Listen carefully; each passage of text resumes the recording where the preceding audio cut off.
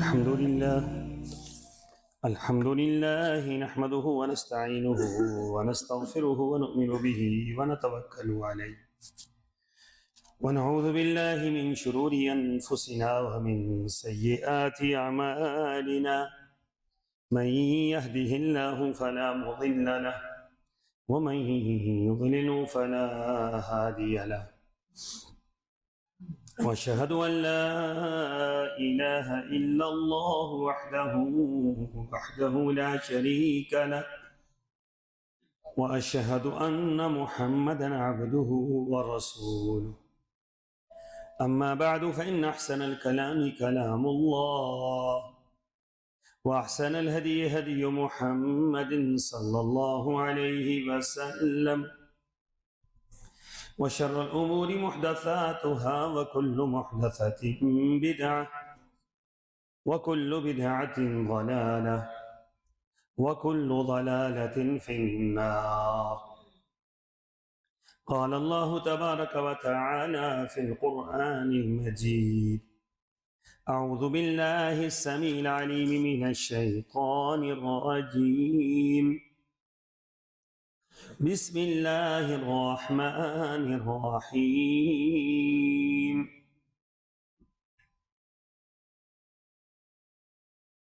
يا أيها الذين آمنوا إن جاءكم فاسق بنبأ فتبينوا أن تصيبوا قوما بجهالة فتصبحوا على ما فعلتم نادمين. واعلموا أن فيكم رسول الله لو يطيعكم في كثير من الأمر لعنتم ولكن الله حبب إليكم الإيمان وزينه في قلوبكم وكره إليكم الكفر والفسوق والعصيان أولئك هم الراشدون فضلا من الله ونعمة والله عليم حكيم. اللهم صل على محمد وعلى آل محمد كما صليت على إبراهيم وعلى آل إبراهيم إنك حميد مجيد. اللهم بارك على محمد وعلى آل محمد كما باركت على إبراهيم وعلى آل إبراهيم إنك حميد مجيد.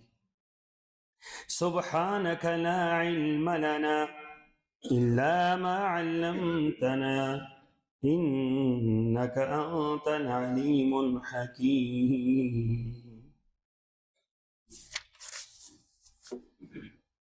اور ایمان والو، اگر کوئی فاسق تمہارے درمیان کوئی خبر لے کر آئے تو اس کی تحقیق کر لیا کرو، کہیں ایسا نہ ہو کہ تم نادانستہ کسی قوم کا نقصان کر بیٹھو اور پھر تمہیں اپنے کیے پر نادم ہونا پڑے. اور خوب جان لو کہ تم میں اللہ کے رسول موجود ہیں. اگر اکثر معاملات میں وہ تمہاری بات مان لیا کریں تو تم مصیبت میں پڑ جاؤ، لیکن اللہ نے تمہیں ایمان کی محبت دی اور اس محبت کو تمہارے دلوں میں سجا دیا ہے، اور کفر، عناد اور نافرمانی سے اللہ نے نفرت پیدا کر دی. ایسے ہی لوگ ہدایت یافتہ ہیں، اور یہ اللہ کا فضل اور اس کا احسان ہے، اور اللہ سب کچھ جاننے والا اور حکمت والا ہے. آیت نمبر 6 تا 8 سورہ الحجرات. سامعین محترم، اصلاح معاشرہ سورہ حجرات کی روشنی میں اس میں چند گزارشات پچھلے جمعوں میں پیش کی گئی تھی، اور اسی سورہ مبارکہ کے اندر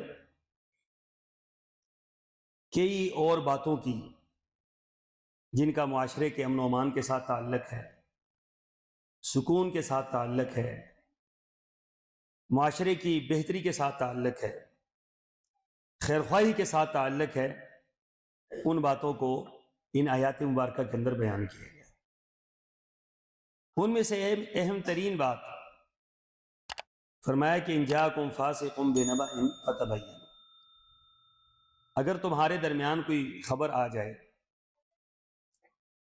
فاسق لے کر آئے، قرآن نے تو فسق کا بیان کیا ہے، لیکن یہ عمومی حکم ہے، کوئی بھی خبر آپ کے درمیان گردش کرے، اس خبر کی تحقیق کرنا ہمارے شریعت کے فرائض میں شامل ہے۔ تو مسلمان کا فرض ہے کہ کوئی بھی بات اسے جو پتہ چلتی ہے اس کی تحقیق ضرور کرے، اور اسلام نے جتنا اس پہلو پر زور دیا ہے، اور اس پہلو پر جو اسلام نے ایک معیار مرتب کیا ہے، سبحان اللہ، دنیا کی کسی مذہب کے اندر یہ بات نہیں ہے۔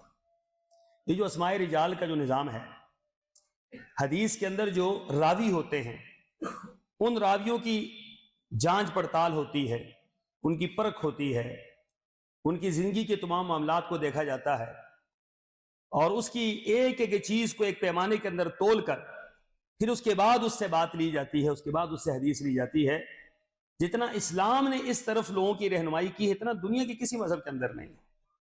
اسماء رجال کا ایک پورا نظام مرتب ہوا ہے، اور اس پر جرح و تعدیل کا ایک پورا نظام مرتب ہوا ہے کہ آپ کس کی بات کو لے سکتے ہیں اور کس کی بات کو رد کر سکتے ہیں۔ جی، ہر ایک کی بات کو لیا جا سکتا ہے یا نہیں لیا جا سکتا ہے؟ جس کی بات کو آپ لیں گے اس کی بات کے کوئی اصول اور ضابطے ہیں یا بغیر اصول اور ضابطے جو بندہ بات کہتا ہے اس کو لے لیں۔ فی زمانہ مسلمانوں کا طرز عمل اس معاملے میں کافروں سے بھی بدتر ہے۔ جس طرح کفار کے ہاں خبر سازی کے لیے، کفار کے ہاں بات کو لینے کے لیے، کفار کے ہاں بات کو پھیلانے کے لیے کوئی ضابطہ، کوئی اصول نہیں ہے، یہی طرز عمل آج مسلمانوں کے اندر ہے۔ مسلمان اخبارات کو آپ دیکھ لیں، ٹی وی چینلز کو آپ دیکھ لیں، سوشل میڈیا کو آپ دیکھ لیں، کسی بھی چیز کو آپ دیکھ لیں، آپ کو یوں لگے گا کہ جس طریقے سے ان کا کوئی معیار ہے ہی نہیں، یہ کسی دین کو ماننے والے ہیں ہی نہیں، یہ کسی اصول اور ضابطے کے پابند ہی نہیں، یہ کسی یہ کل اللہ کے سامنے جوابدہی کا احساس ہی نہیں رکھتے کہ کل ہم نے اللہ کے سامنے جواب بھی دینا ہے۔ ہم جو کچھ کہہ رہے ہیں، بات تو ہمارے منہ سے نکل گئی، بات ہمارے قلم نے لکھ دی ہے، بات ہم نے پھیلا دی ہے، اس بات کے اثرات کیا ہوں گے، اس سے کتنا فساد بپا ہوگا، کتنے فتنے پیدا ہوں گے، کتنا اختلاف پیدا ہوگا، کتنا ہیجان پیدا ہوگا، معاشرے کے اندر کتنی خرابی ہوگی، بغض اور عناد کے معاشرے کے اندر پھیلے گا بغض و عناد، اور کئی چیزیں اس کے ضمن معرض وجود میں آئیں گی۔ تو یہ کوئی بندہ سوچتا نہیں ہے کہ ہمارے ایک لفظ سے کتنا بڑا فساد بپا ہو سکتا ہے۔ رسول اللہ صلی اللہ علیہ وسلم کے مبارک زمانہ میں 4 واقعات ہمیں ملتے ہیں جو افواہ سازی میں اس معاشرے کے اندر اور اس دور کے اندر افواہ سازی نے کتنا بڑا کام خراب کیا، اور بغیر تحقیق کی جو بات پھیلا دی گئی۔ یہ 2 طرح کے لوگ ہیں، ایک تو جھوٹے لوگ ہیں جو جھوٹ بولتے ہیں، جن کا کام ہی جھوٹ بولنا ہے، اور اللہ تعالیٰ نے فرمایا لعنت اللہ علی الکاذبین۔ اس سے بڑی بات کیا ہو سکتی ہے؟ لفظ لعنت کا استعمال کسی چھوٹے امر پر نہیں ہوتا، بہت بڑے گناہ پر ہوتا ہے، کبائر گناہ میں سے یہ لفظ استعمال ہوتا ہے، جس پر اللہ تعالیٰ لعنت فرما دے، اس سے بڑا گناہ کوئی بھی نہیں ہوتا۔ تو فرمایا کہ جھوٹوں پر تو اللہ کی لعنت ہے۔ اور پھر رسول اللہ صلی اللہ علیہ وسلم نے یہ فرمایا، آپ نے فرمایا کہ وَأَنَّ الْكَذِبَ يَهْدِي إِلَى الْفُجُورِ، ایک جھوٹ جو ہے، ایک جھوٹ یہ سینکڑوں گناہوں کے دروازے کھول دیتا ہے۔ سینکڑوں گناہ کے دروازے صرف جھوٹ سے کھولتے ہیں۔ ایک جھوٹ بول دیا، اس سے ایک جھوٹ نہیں، اب اس سے کئی قسم کے گناہوں کے دروازے کھل گئے، اور فرمایا کہ وَإِنَّ الْفُجُورَ يَهْدِي إِلَى النَّارِ، اور جب بندہ گناہوں کی دلدل میں پھنس جاتا ہے تو گناہ انہیں کہاں دھکیل دیتے ہیں؟ گناہ انہیں جہنم کے اندر دھکیل دیتے ہیں۔ اور پھر اسی کے برعکس یہی بات فرمائی وَإِنَّ الرَّجُلَ لَيَكْذِبُ حَتَّى يَكْتُبُ عِندَ اللَّهِ كَذَّابًا، فرمایا کہ انسان جھوٹ بولتا رہتا ہے، جھوٹ بولتا رہتا ہے، اس کی زبان جھوٹ کی عادی ہو جاتی ہے، معیار اس کے ہاں کوئی گفتگو کا نہیں ہوتا، جھوٹ پر اس کی بات چلتی ہے، جھوٹ پر نظام چلتا ہے، جھوٹ پر اس کے چینل چلتے ہیں، جھوٹ پر خبرات چلتی ہیں، جھوٹ پر ان کے ٹویٹر کے اکاؤنٹ چلتے ہیں، سب کچھ جھوٹ پر چلتا ہے۔ تو فرمایا کہ اس کے جھوٹ بولنے کی وجہ سے ہوتا کیا ہے، یہاں تک کہ اللہ تعالیٰ کے ہاں اس کو کذاب لکھ دیا جاتا ہے۔ جس کو اللہ تعالیٰ کے ہاں کذاب لکھ دیا جائے، اس سے بڑا بدبخت اور کون ہو سکتا ہے؟ تو رسول اللہ صلی اللہ علیہ وسلم کے مبارک زمانہ میں ایک تو وہ لوگ تھے جن کا کام ہی جھوٹ بولنا تھا، اور ایک وہ لوگ تھے جو افواہ سازی کرتے تھے، یہ منافقین تھے۔ یہ منافقین کا طرز عمل ہے کہ ہر بات آپ جو بات سنیں آگے پھیلائیں، جو بات سنیں آگے پھیلائیں، اس پر تبصرے کریں، اس پر گفتگو کریں، اور اس پر طرح طرح کے آپ آج کے دور میں یہ کہہ دیں کہ آپ کمنٹس کر دیں، آپ اس پر کچھ اور کر دیں، بات غلط ہے، کچھ بھی ہے، کوئی تحقیق نہیں کرنی۔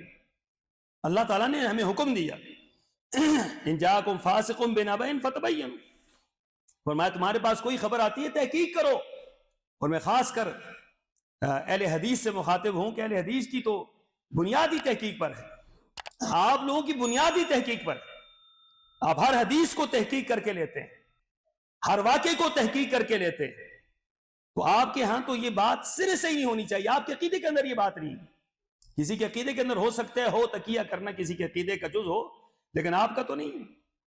آپ تو وہ لوگ ہیں کہ جنہوں نے اللہ تعالیٰ سے یہ عہد کر لیا ہے کہ ہم تو اللہ اور اس کے رسول کی بات مانتے ہیں۔ تو اللہ اور اس کے رسول کی بات ماننا اور منہج قرآن و سنت کو ماننا اور منہج سلف کی بات کرنا، اور پھر اس کے دوران افواہ سازی میں حصہ لینا یا جھوٹ بولنا یا ایک دوسرے کے خلاف پروپیگنڈا کرنا، سوچنے کی بات یہ آپ کہاں کھڑے ہیں؟ اس کا مطلب ہے کہ آپ نے منہج اہل حدیث کو سمجھے ہی نہیں، مسلک اہل حدیث کا آپ کو پتہ ہی نہیں، آپ نے صرف مسلک اہل حدیث کا نام لے لیا ہے۔ سب سے زیادہ جس چیز کو روکنے والی کوئی چیز ہے تو منہج اہل حدیث ہے، فکر اہل حدیث ہے۔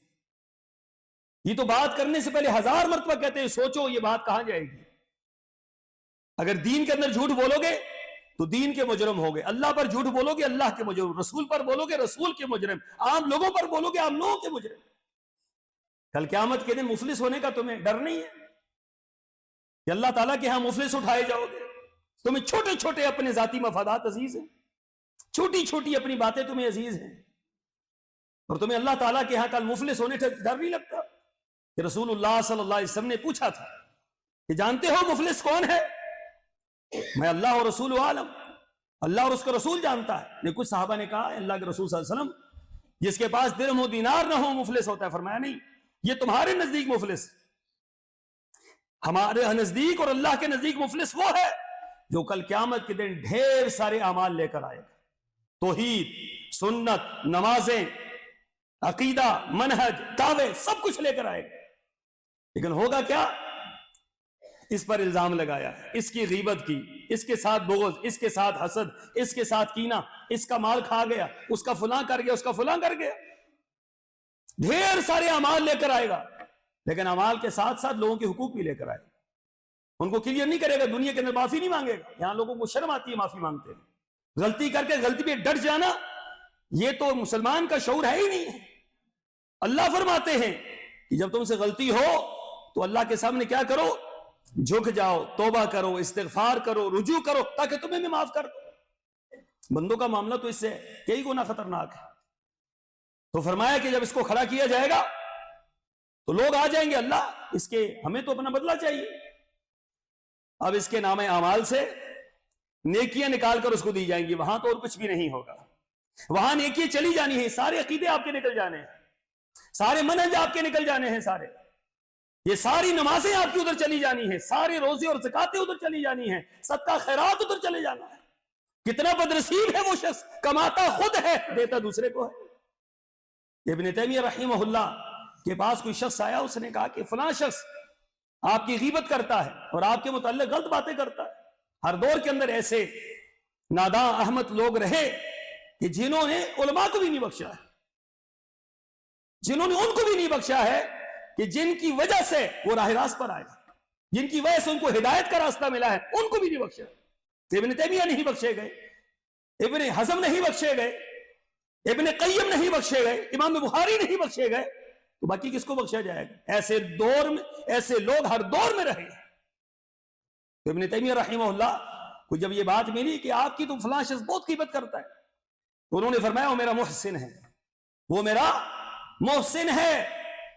کل قیامت کے دن میری ڈھیر سارے گناہ ہوں گے، اور میرا محسن ہے جو کل میرے گناہوں کو لے کر اپنے پلڑے میں جائے گا اور میں اس کی نیکیوں کو لے کر جنت میں چلا جاؤں گا. وہ تو میرا محسن ہے.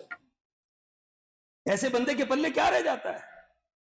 ابو الکلام آزاد رحمہ اللہ امام الہند، کسی نے ان کو گالیاں لکھی، اور گالیاں جب ان کو پہنچی تو انہوں نے کیا فرمایا؟ انہوں نے کہا اللہ تیرا لاکھ لاکھ شکر ہے، کل قیامت کے دن کوئی میرے سامنے مفلس تو کھڑا ہوگا، میرے کے سامنے کوئی ایسا کھڑا تو ہوگا جو مفلسی کی حالت میں ہوگا، نامہ اعمال ہوں گے اس کے، لیکن میرے لیے مفلس ہوگا. کیوں؟ کہ اس نے مجھے گالیاں دی، میں نے گالیوں کا جواب نہیں دیا. مجھ پر الزام لگایا، میں نے الزامات کا جواب نہیں دیا. مجھ پر انہوں نے طرح طرح کی باتیں کی، میں نے ان باتوں کو آگے اس کو پھیلایا نہیں ہے، صبر کیا ہے اس پر. اللہ کل قیامت کے دن میں اس کا بدلہ لوں گا. دنیا میں اگر کوئی شخص آپ سے یہ حرکت کرتا ہے تو یہاں بدلہ نہ لیں، چھوڑ دیں اس کو، یہ آزاد چھوڑ دیں ایسے لوگ. اللہ کے رسول صلی اللہ علیہ وسلم کا یہی طرز عمل تھا. منافقین نے جتنی کاروائیاں کی ہیں، سرور کونین صلی اللہ علیہ وسلم نے ایک منافق سے بدلہ نہیں لیا، ایک منافق سے بھی نہیں لیا. غزوہ بنو مستلق آپ کے سامنے ہے. حضرت عائشہ صدیقہ رضی اللہ تعالی عنہ، الزام، اللہ اکبر، زمین ہل جائے، آسمان ہل جائے اپنی جگہ سے، الزام کس پر لگا؟ ام المؤمنین سیدہ طاہرہ طیبہ حضرت عائشہ صدیقہ رضی اللہ تعالی عنہ پر. الزام لگانے والے منافق جنہوں نے یہ الزام لگایا. اور یہاں پر یاد رکھیں، منافق بات پھیلاتے ہیں، مسلمان اس کا شکار ہو جاتے ہیں. کمزور عقیدے کے مسلمان، کمزور نظریے کے مسلمان، وہ اس کا زیادہ شکار ہوتے ہیں. وہ الزام لگانے والا تو عبداللہ بن ابی تھا، اس کی ذریت تھی، لیکن اس کے ساتھ شکار کون ہو گئے؟ شکار بدری صحابی بھی ہو گئے اس کا شکار. یہ نہ سمجھے کہ افواہ کا شکار ہم نہیں ہو سکتے، ہو جاتے ہیں بعض اوقات لوگ. الزام کوئی لگاتا ہے، پھیلاتا کوئی ہے آگے، اس کو بات کوئی کرتا ہے، اس بات کو پکا کوئی اور کر دیتا ہے. تو حضرت مصطح بن اساسہ جیسے صحابی جو بدری صحابی تھے اس کا شکار ہو گئے. حسان ابن ثابت رضی اللہ تعالی عنہ جو رسول اللہ صلی اللہ علیہ وسلم کی شاعر تھے، جو شاعری سے اسلام کی مدح بیان کرتے، کفر کی مذمت بیان کرتے، وہ بھی اس کا شکار ہو گئے. حضرت زینب شکار ہو گئی. سبحان اللہ، کیا کیا یہاں پر کتنا بڑا یہ معاملہ بنا. سبحان اللہ، اللہ کے رسول صلی اللہ علیہ وسلم خاموش ہو گئے. کیا ہو سکتا تھا؟ جب سرور کونین کے گھر پر الزام لگا، جو عصمت کے، جو پاکیزگی کے، طہارت کے، دنیا میں سب سے زیادہ علم بردار تھے، ان پر الزام کیا لگا؟ لگانے والوں نے تو آپ کے گھرانے کو بھی نہیں چھوڑا. افواہ سازی کتنا خطرناک کام ہے. کئی نیک لوگ اس کا شکار ہو گئے، کئی نیک لوگ بھی اپنے اعمال برباد کر بیٹھے. اللہ کے رسول صلی اللہ علیہ وسلم، اور حیران کن بات یہ ہے، یہ اکثر ہوتا ہے، یہ بات یاد رکھیے، جس کے خلاف بات کی جا رہی ہوتی ہے اس کو پتہ بھی نہیں ہوتا ہے. حضرت عائشہ صدیقہ پر الزام لگا، ان کو پتہ ہی نہیں ہے کہ میرے اوپر کیا قیامت ٹوٹ پڑی ہے. ان کو معلوم نہیں ہے، ساری دنیا کو پتہ چل گیا، ہر گھر کے اندر باتیں ہو رہی ہے، تبصرے ہو رہے. رسول اللہ صلی اللہ علیہ وسلم کے گھر کے معاملے میں ہر گھر کے اندر باتیں ہو رہی ہیں، حضرت عائشہ صدیقہ کو پتہ ہی نہیں. پھر اللہ تعالیٰ نے برات نازل کی، 17 آیات سورہ نور کی اتری، اور قرآن نے یہ کہا، یہ اہل اسلام کی تربیت کی، اہل ایمان کی تربیت کی، کہ جب تمہیں ایسی خبریں پتہ چلتی ہیں تو ان پر ماننے کے بجائے، ان پر بات کرنے کے بجائے، ان پر گفتگو کرنے کے بجائے، کیوں نہیں تمہارے منہ سے یہ بات نکلتی، سبحانک ھذا بہتان عظیم؟ کیوں نہیں تمہارے منہ سے یہ باتیں نکلتی؟ جب تم ایسی باتیں سنو، ان کو ماننے کے بجائے، ان باتوں کو اپنے ذہن کے اندر بٹھانے کے بجائے، فوری طور پر تمہارا وظیفہ یہ ہونا چاہیے، سبحانک ھذا بہتان عظیم، اللہ تو پاک ہے، یہ تو بہت بڑا بہتان ہے. اللہ تعالیٰ نے برات نازل کی. افواہ سازی میں منافقین کے کردار نے غزوہ احد کے اندر رسول اللہ صلی اللہ علیہ وسلم کے متعلق کیا خبر پھیلائی کہ آپ علیہ الصلوۃ والسلام شہید کر دیے گئے. جب یہ خبر مدینہ طیبہ میں پہنچی، بھوچال آ گیا. یہ صحابی نے سنا مکہ مدینہ طیبہ میں کئی صحابہ کرام مدینہ طیبہ سے نکل کر آگے چلے گئے. انہوں نے کہا کہ اب تو زندگی میں کوئی فائدہ ہی نہیں ہے, اب زندگی کا کیا فائدہ ہے, رسول اللہ صلی اللہ علیہ وسلم شہید ہو گئے. کئی صحابی جو میدان جنگ کے اندر لڑ رہے تھے ان کے حوصلے کمزور ہو گئے کہ اب رسول اللہ ہی شہید ہو گئے, ان کی خاطر تو ہم لڑ رہے تھے, وہی جب نہیں رہے تو کیا فائدہ. اور کئی ایسے صحابی تھے جب یہ خبر سنی کہ اللہ کے رسول شہید ہو گئے تو انہوں نے اپنی تلواریں توڑ دی اور میدان کے اندر گھس گئے اور جام شہادت نوش کر لیا کہ اب اس زندگی کا کیا فائدہ ہے. بات کہاں سے کہاں چلی گئی کہ ایک بات اڑائی کہ اللہ کے رسول شہید ہو گئے, اور یہ افواہ اڑانے والے کون تھے؟ منافقین تھے, اور مسلمانوں پر اس کے اثرات مرتب ہوئے, اور بات کہاں سے کہاں نکل. کئی صحابہ شہید ہو گئے اور کئیوں کے حوصلے ٹوٹ گئے, کئیوں نے تلواریں توڑ دی, کئیوں نے مدینہ طیبہ چھوڑ دیا. اور پھر اسی طریقے سے صلح حدیبیہ کے موقع پر حضرت عثمان غنی رضی اللہ تعالیٰ عنہ کے متعلق یہ افواہ منافقین نے پھیلائی کہ حضرت عثمان غنی کو کیا کر دیا گیا؟ شہید کر دیا گیا. سبحان اللہ, کتنی بڑی بات تھی. 1400 صحابہ کرام نے رسول اللہ کے ہاتھ پر صلی اللہ علیہ وسلم موت کی بیعت کی کہ ہم عثمان کے خون کا بدلہ لیں گے. تھی افواہ, اور کتنی خطرناک افواہ تھی کہ سرور کونین بھی پریشان, 1400 صحابہ پریشان. افواہ سے کوئی معمولی باتیں تو نہیں ہوتی. ملک اجڑ جاتے ہیں, بستیاں ویران ہو جاتی ہیں, گھر تباہ ہو جاتے ہیں, خاندان برباد ہو جاتے ہیں, ہمیں پرواہ تک نہیں ہوتی. ہم نے تو چند گفتگو کر کے ہم نے بات ختم کر دینی ہوتی. ہمیں یہ نہیں معلوم کہ یہ کہاں سے کہاں بات جائے گی. یہ قیامت تک آپ کی خبر پھیلے گی, قیامت تک آپ کو حساب دینا پڑے گا. آپ نے خبر دی, آپ نے بات پھیلائی, اور اس بات کا نتیجہ بھی آپ نے بھگتنا ہے. کل قیامت کے دن مفلس بن کر اللہ کے سامنے پیش ہوں گے. کس کس کا جواب دیں گے ہم؟ حکمرانوں کے ہم مجرم ہوں گے. حکمرانوں کی غیبت کرنا لوگ اس کو عام بات سمجھتے ہیں. لوگ یہ حکمران کی غیبت تو غیبت ہے ہی نہیں. کس نے کہا آپ کو غیبت نہیں؟ غیبت حاکم کی ہو, محکوم کی ہو, امام کی ہو, مقتدی کی ہو, بڑے کی ہو, چھوٹے کی ہو, گناہگار کی ہو, نیکوکار کی ہو, غیبت غیبت ہی ہوتی ہے. الزام ہی ہوتا ہے چاہے کسی کے متعلق ہو, جھوٹ ہوتا ہے چاہے کسی کے متعلق ہو. تربیت کا فقدان دیکھیے کہ ہم یہ بات کہتے ہیں حکمرانوں کے متعلق جو مرضی یہ کہتے رہیں. کیوں جی بھائی؟ کس دلیل کے تحت آپ یہ بات کر رہے ہیں؟ کس اصول کے تحت آپ یہ بات کر رہے ہیں؟ کس ضابطے کے تحت آپ یہ بات کر رہے ہیں؟ اللہ نے جو ضابطہ دیا, رسول نے جو ضابطہ دیا, وہ تو یہ نہیں. وہ بھی ایک انسان ہے, آپ ہی کے انسان ہے. آپ الزام لگا رہے ہیں, کل قیامت کے دن آپ کو اللہ کے سامنے ثابت کرنا پڑے گا. یہ منافقین کا طرز عمل ہے. اور پھر یہ ان لوگوں کا طرز عمل ہے جو زمین کے اندر فساد برپا کرتے, خوش ہوتے ہیں آگ اور خون کی ہولی کھیل کر. بعض لوگ ایسے ہوتے ہیں دوسروں کو دکھ دے کر وہ خوش ہوتے ہیں, دوسروں کو تکلیف دے کر ان کے اندر خوشی پیدا ہوتی ہے. کوئی جل رہا ہو نا تو بعض لوگ ہنس رہے ہوتے ہیں. تو یہ اندر کی جو ہے یہ نفسانیت ہے, اندر کی یہ برائی ہے, اندر کی یہ خباثت ہے کہ ایک انسان تکلیف کے اندر مبتلا ہم دیکھ کر خوش ہو رہے ہیں. ہم نے الزام لگایا, وہ پریشان ہو گیا, تڑپ رہا ہے, پریشان ہو رہا ہے, خاندان برباد ہو گیا, فیملی برباد ہو گئی, لوگ تباہ ہو گئے, الزامات کی بوچھار ہو گئی, ہم خوش ہو رہے. دیکھو میں نے کیا کیا ہے, ہم نے تو آگ لگا دی. چنگاری کتنی ہوتی ہے بھائیو؟ چنگاری سے بعض اوقات پورا جنگل جو ہے وہ جل جاتا ہے. ہم چنگاری کو بجھانے والے بنے, ہم آگ کو دبانے والے بنے, ہم معاشرے کی اصلاح کریں. کوئی بندہ بھی اگر کسی کے متعلق کوئی بات کہتا ہے فوری طور پر اس کو روک دیا جائے کہ آپ غلط کہہ رہے ہیں, آپ نے کہنا ہے اس کے سامنے بات کریں, آپ نے بات کرنی ہے اس کے سامنے بات کریں, یا اس فورم پر کریں جو فورم اس کی اصلاح کر سکتا ہے. مجھے بات کرنے کا کیا مقصد ہے؟ آپ میرے سامنے پورا دن آپ حکومت کے بارے میں روتے رہیں, میں کیا کروں گا حکومت کے بارے میں؟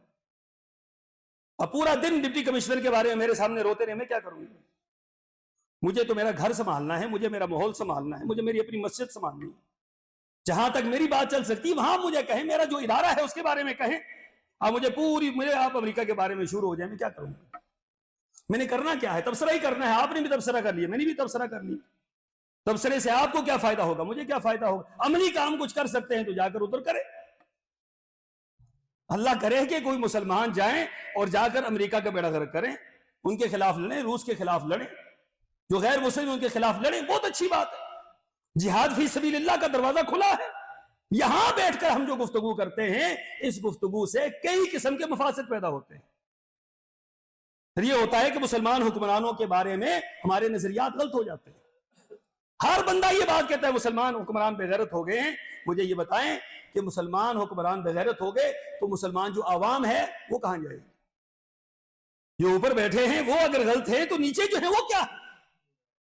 ابھی سوچیں تو صحیح نا، یہ ہماری برائی ہے جو ہمارے اوپر مسلط ہے، ہم اپنے آپ کو صاف کرنے کے لیے دوسروں کو گالیاں دیتے ہیں۔ ان جاءکم فاسق بنبأ فتبینوا، خبریں پھیلائی جائیں گی، یاد رکھیں، خبریں آئیں گی آپ کے پاس، کبھی کہاں سے خبر آئے گی، کبھی کہاں سے خبر آئے گی، ان خبروں کو آگے نہ پھیلائیں۔ یہ بہت خطرناک معاملہ ہے، بہت خطرناک معاملہ ہے۔ یہ فساد فی الارض کے زمرے میں آتا ہے۔ وَإِذَا قِيلَ لَهُمْ لَا تُفْسِدُوا فِي الْأَرْضِ قَالُوا إِنَّمَا نَحْنُ مُصْلِحُونَ۔ منافقین فساد فی الارض کے لیے کام کرتے ہیں، لوگوں کو لڑانے کے لیے کام کرتے ہیں۔ یہ فرقہ یہ کہاں ہے؟ یہ دیکھیں قرم کے اندر کیا ہو رہا ہے، یہ صرف افواہ سازی سے یہ کام ہوا ہے۔ کتنے لوگ مارے گئے ہیں، آپ کے علاقے کے اندر کتنے لوگ مارے گئے ہیں؟ بلوچستان کے اندر صرف ایک بندے نے چھوٹی سی بات کی تھی، قلعہ عبداللہ میں، وہاں میں خود گیا، ہزاروں لوگ مارے گئے، ہزاروں لوگ صرف ایک چھوٹی سی بات کی وجہ سے۔ وہ بات بعد میں غلط نکلی تو قرآن نے تو کہا فَتُصْبِحُوا عَلَىٰ مَا فَعَلْتُمْ نَادِمِينَ، تمہیں بعد میں ندامت اٹھانی پڑے گی۔ بعد میں جب بات سامنے آئے گی، بات تو تھی نہیں، تو اللہ تعالیٰ نے اصلاح کی، اصلاح معاشرہ، معاشرے کا امن، معاشرے کا سکون اس بات پر منتج ہے کہ آپ کے پاس کوئی بات آتی ہے، اس بات کو رسول اللہ صلی اللہ علیہ وسلم نے فرمایا انسان کی جھوٹا ہونے کے لیے یہی بات کافی ہے، ہر سنی سنائی بات کو آگے پھیلائے، جو بات سنی ہے اس کو آگے پھیلا دے۔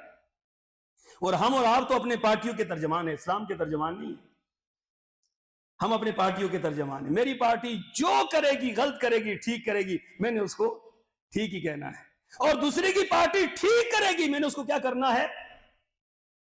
وہ ایک جملہ کہا کرتے تھے شورش کشمیری، ان کا جملہ بڑا عجیب تھا، کسی زمانے میں نے سنا تو میں نے کہا یہ کیسا جملہ، عجیب جملہ کہہ دیا۔ وہ کہتے تھے اگر یہ لوگ جو ان کے مخالف تھے، وہ کہتے تھے اگر یہ لوگ جنت میں جائیں گے تو میں جنت میں نہیں آؤں گا۔ یہ ہمارا کام ہے، ہمارا بھی طرز عمل یہی ہے، ہم یہ کہتے ہیں یہ پارٹی اگر جنت میں جائے گی ہم نے نہیں جانا۔ وہاں بھی ہم نے جنت کو بھی جو اپنی پارٹی کے لیے بنایا ہے، اپنے جھنڈوں کے لیے بنایا۔ خدا را ہماری ایک پارٹی ہے، ہماری ایک پارٹی ہے، وہ کون سی ہے؟ اولئک حزب اللہ، فرمایا تم اللہ کی جماعت بنو، اللہ کی جماعت، الا ان حزب اللہ هم الغالبون۔ اللہ کی جماعت اللہ کے دین کی بات مانے، اللہ کی جماعت اللہ کی توحید کے ماننے والے، اللہ کی بات کو ماننے والے، رسول اللہ کی سنت کو ماننے والے۔ آپ کو تو اللہ کی جماعت بننا چاہیے۔ ان جماعتوں نے اور ان باتوں نے جو ہمارا نقصان کیا، ہمارا ملک ٹکڑے ٹکڑے کر دیا ہے۔ آج آپ آزاد کشمیر کے اندر، آج آپ بلوچستان کے اندر، آج کئی علاقوں کے اندر کان کھول کر سنیں یہ کیا بات ہو رہی ہے۔ کئی علاقوں کے اندر پاکستان کے جھنڈے جلائے جا رہے ہیں۔ آپ کو پتہ چل گیا کہ یہ کیوں جلائے جا رہے ہیں؟ لوگ آپ کے ساتھ نہیں رہنا چاہ رہے۔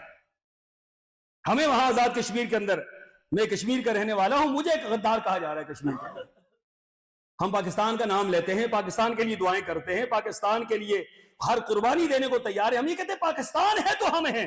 اللہ تعالیٰ نے اس دھرتی کو جو بنایا، جن لوگوں کے ذریعے بنایا، ان لوگوں نے اس کی بنیاد لا الہ الا اللہ پر رکھی تھی، لا الہ الا اللہ پر۔ اور لا الہ الا اللہ کا معنی یہ ہے جب تک لا الہ الا اللہ رہے گا اس وقت تک یہ ملک بھی رہے گا۔